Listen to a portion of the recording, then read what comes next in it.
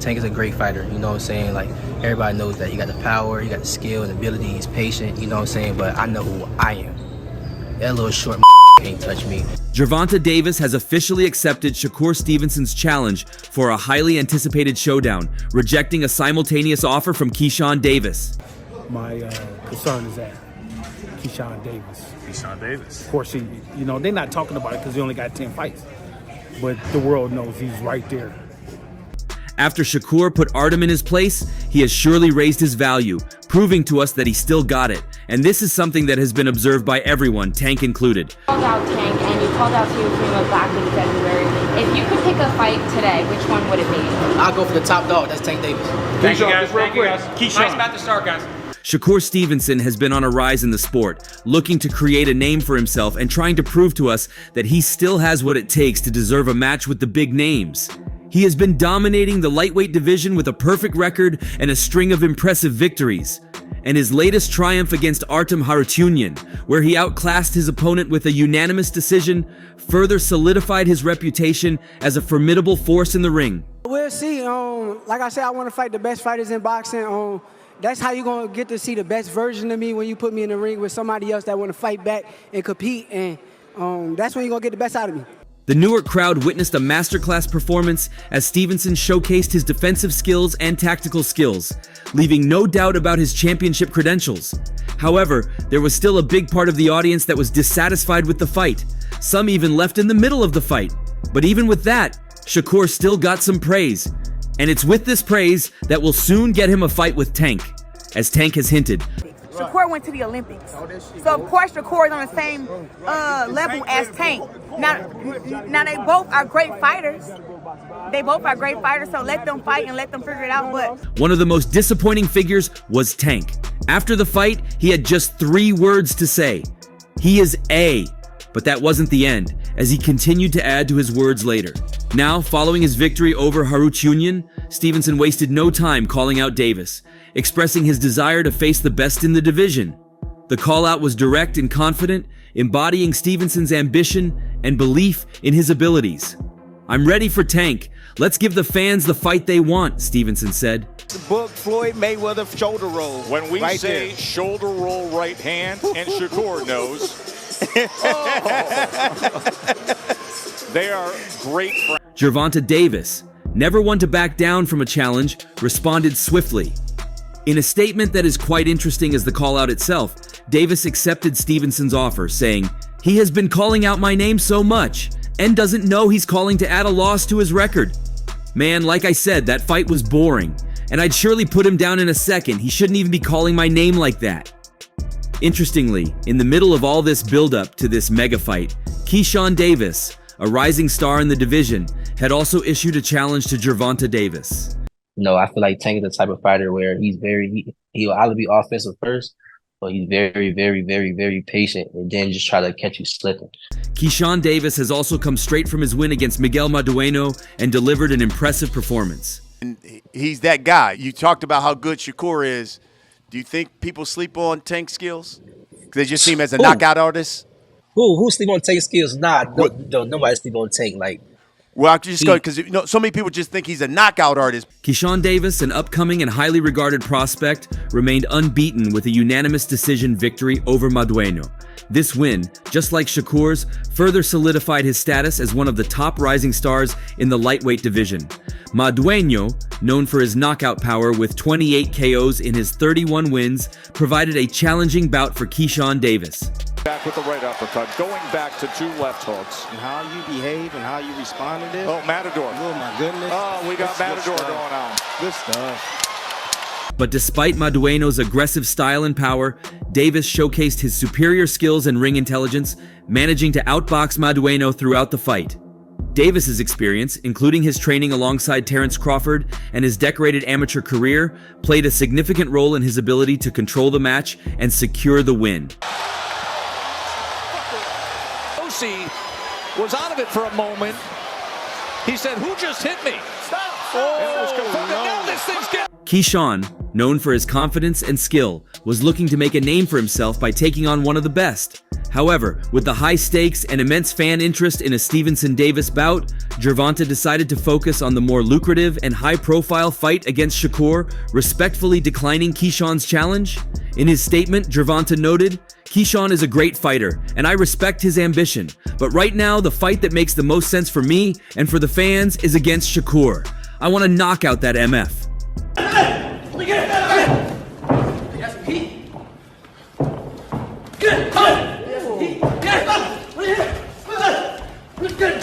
With both fighters on board, the negotiations are expected to move quickly, with promoters eager to finalize details and set a date. We can start to look forward to a battle that will likely be one of the defining moments in boxing this year. Stevenson's technical mastery versus Davis's knockout power makes for a compelling matchup that analysts and fans alike are eager to dissect. But all this again comes after a series of exchange between the three figures here, Shakur, Tank, and Keyshawn. What's your opinion? Who do you think takes this fight? Tank all the way, man. A lot of people have been saying that the winner of this fight is going to be the next face of boxing. You believe that? For sure. We can all agree that in the lightweight division, few names shine brighter than Shakur Stevenson and Gervonta Davis. And the potential fight between these two fighters has kept their fans in a state of constant anticipation and excitement. However, a lesser-known fact about Stevenson and Davis is that they used to train together and nearly started their careers alongside each other.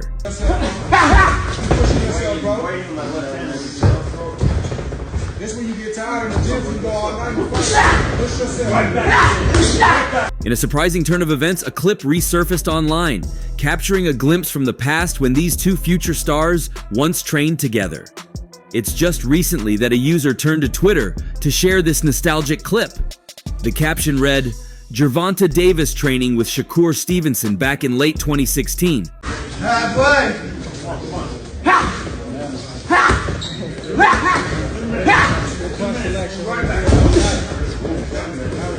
The footage shows both men training together for their respective fights.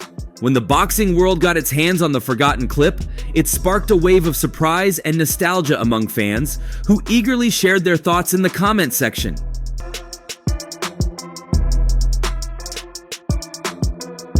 Since the tweet began circulating on X, it has gathered over 160K views, more than 5K hearts, and a massive number of comments. Reactions ranged from remarks about their mutual respect to expressions of sheer surprise. One user suggested that Shakur has always been a fan of Tank, but now he is after his fame and status. Another highlighted the fact that both of them are exceptional boxers, emphasizing their skills and achievements.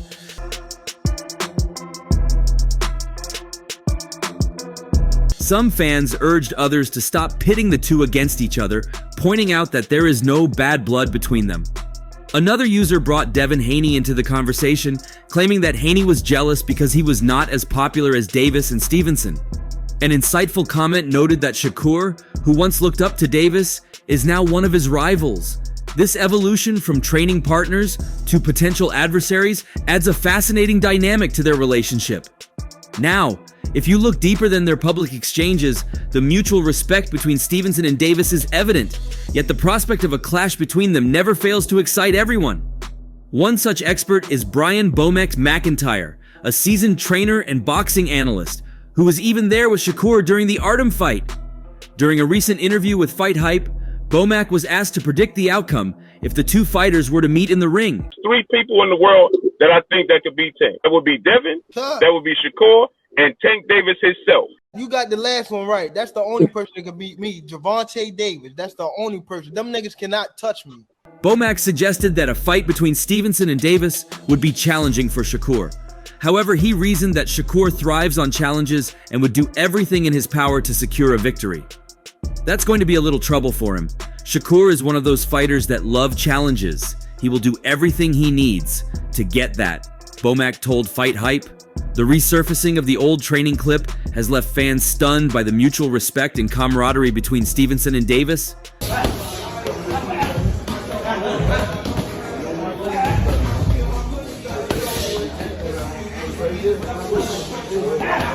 The potential matchup between Shakur Stevenson and Gervonta Davis is one of the most interesting prospects right now in the lightweight division. Both fighters have distinct styles and exceptional skills, making a clash between them a highly anticipated event. Shakur Stevenson is renowned for his defensive skills, making him incredibly difficult to hit cleanly. His ability to avoid punches while landing his own is reflected in his top plus and minus rating of plus 24, according to CompuBox. This rating measures the difference between a boxer's connection percentage and that of their opponent, encapsulating the mantra of hit and don't get hit perfectly.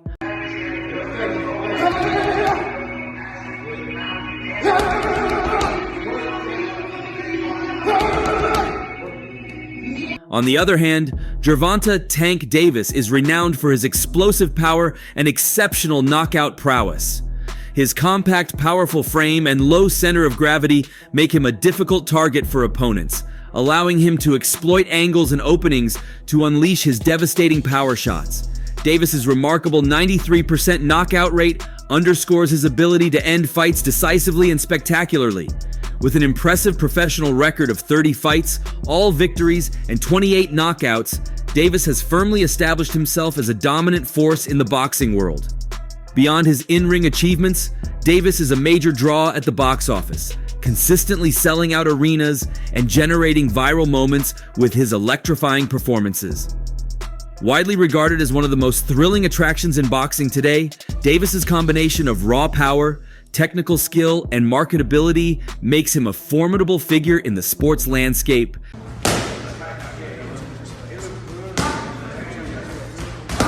Davis has learned from his mentor turned adversary, Floyd Mayweather Jr., that matchmaking is a crucial part of the fight game. Following his recent victory over Frank Martin, the two most compelling potential opponents for Davis are Vasyl Lomachenko and Shakur Stevenson.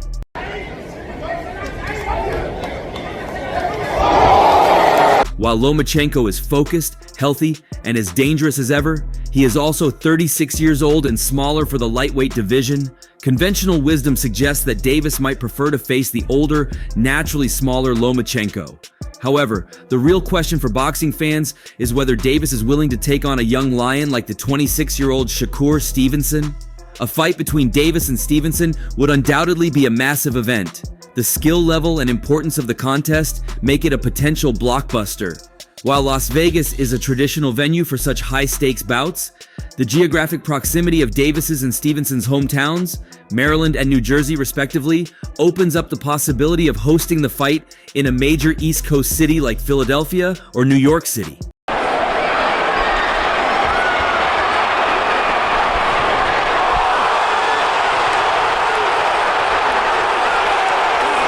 Atlantic City, being close to a neutral location, is another option in talks. Although Tank Davis is currently the bigger draw, Stevenson fighting a relatively unknown opponent at the Prudential Center in Newark this Saturday could help build his credibility as a ticket-selling fighter. In today's age of the internet and streaming, the location of a fight is less critical than ever. Major boxing and MMA events are held globally, from Abu Dhabi to Tokyo to London and Las Vegas, reaching audiences worldwide. A fight like Stevenson versus Davis should be planned with an eye toward the sport's health, both currently and in the future. Die-hard fans of both fighters need to have the opportunity to attend. An atmosphere where the arena is split between Tank fans and Shakur fans, with a close to 50-50 ratio, would help create the electric ambiance that such a big fight deserves. Well, of course, not everyone can travel to Las Vegas, but a strategically chosen venue on the East Coast could maximize attendance and fan engagement. I think Tank is gonna, be that guy for that. Davis recently commented that if he fought Stevenson, the latter would use a defensive and unentertaining strategy. Stevenson fired back, calling Davis a casual fan, stating, "Gervonta Davis is a good fighter, but he's a casual. He's gonna say what casuals say." Setting aside the humor in one boxer calling another a casual, a significant performance showcased by Stevenson against Artem Fight definitely gave him the momentum needed to demand a bout with Tank Davis. Stevenson's promotional contract with Bob Arum and Top Rank will expire following his fight with Artem Harutyunyan, providing him with the contractual freedom to pursue the biggest and best fights available. Who do you want to see? You, as a guy that's in his trainer, that's like a father figure to him, you're training him all the time, you know him, both y'all from the streets of Baltimore the whole bit.